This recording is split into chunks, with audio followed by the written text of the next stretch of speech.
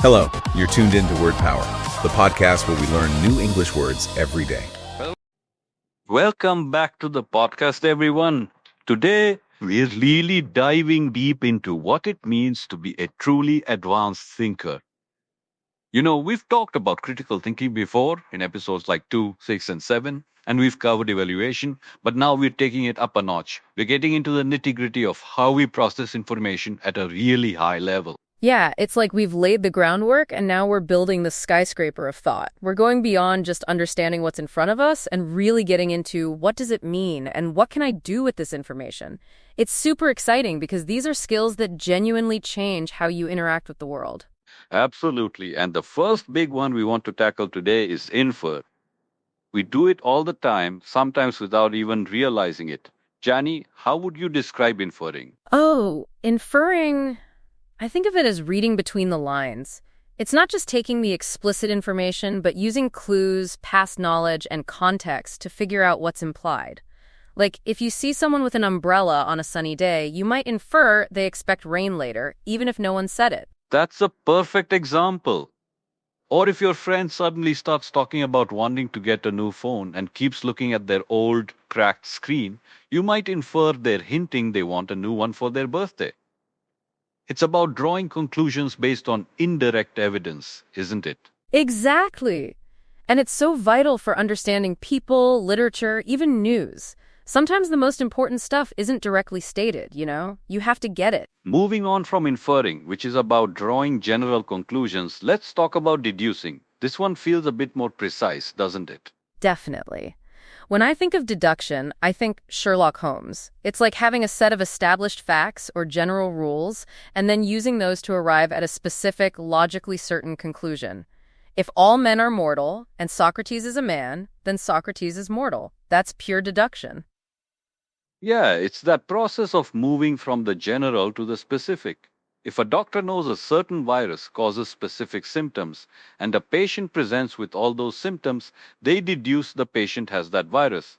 It's about certainty, or at least a very high probability, based on established premises. It's so powerful for problem solving, especially in fields like science, law, or even just fixing something around the house.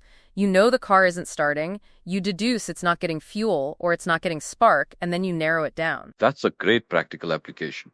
So we've got inferring, reading between the lines, and deducing, drawing specific conclusions from general rules. What about synthesize?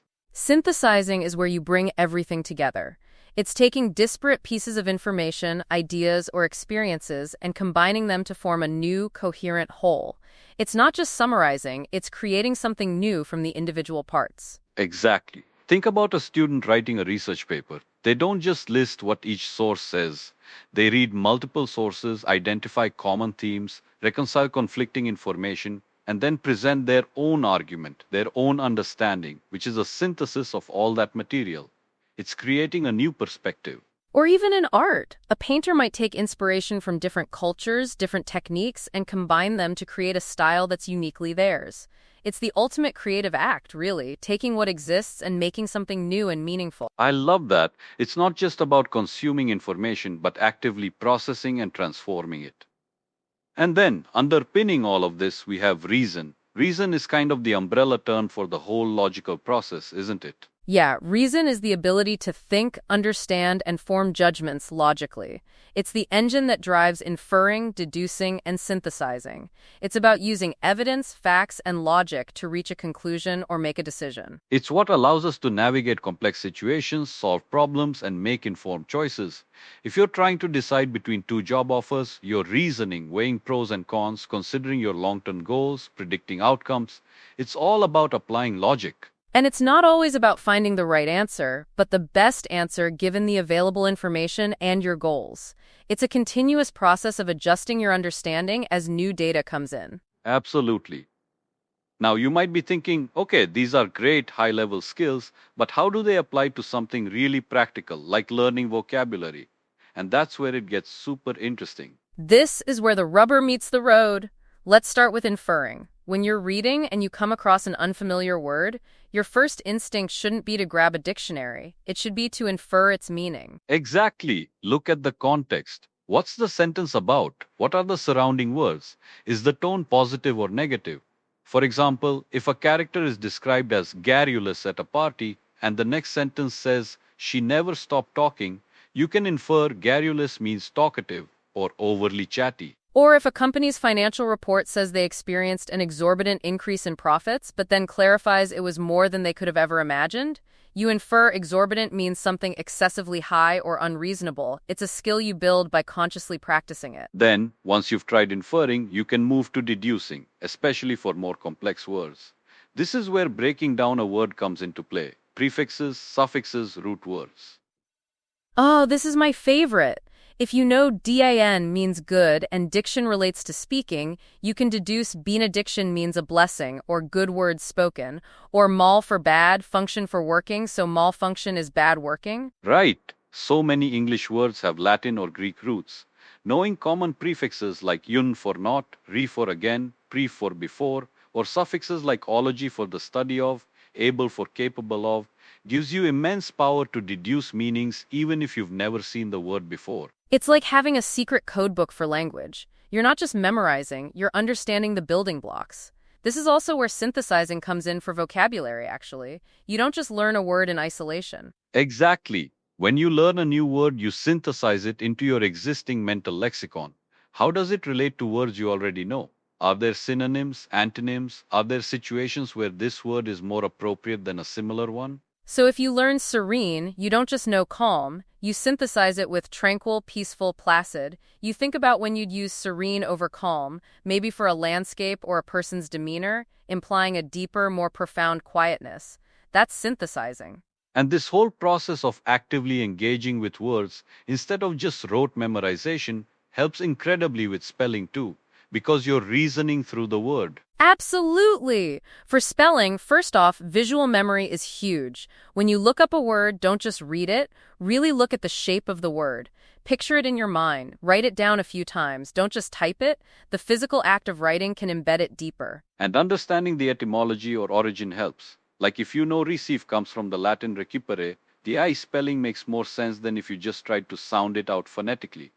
Many English words aren't strictly phonetic, so knowing their history can be a massive help in deducing their spelling. Another tip is to break longer words into smaller, manageable chunks. Disappearance looks intimidating, but disappearance is much easier to process.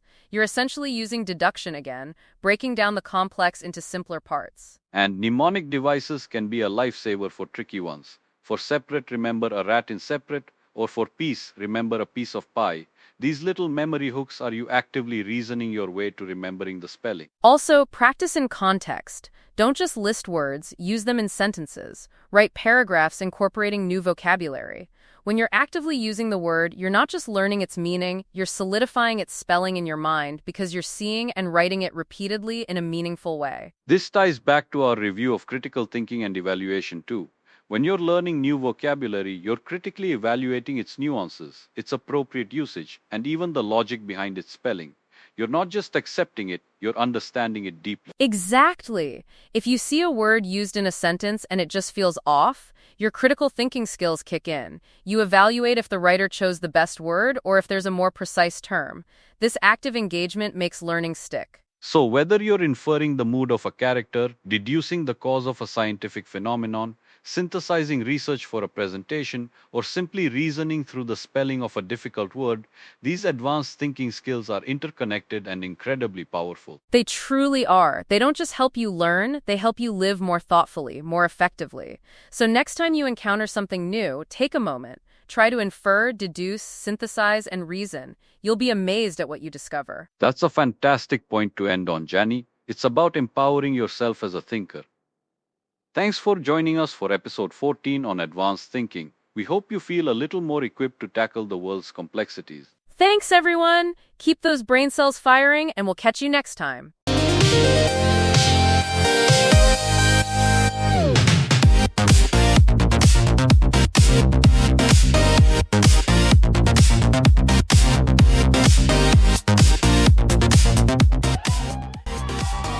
Hello, you're tuned in to Word Power, the podcast where we learn new English words every day.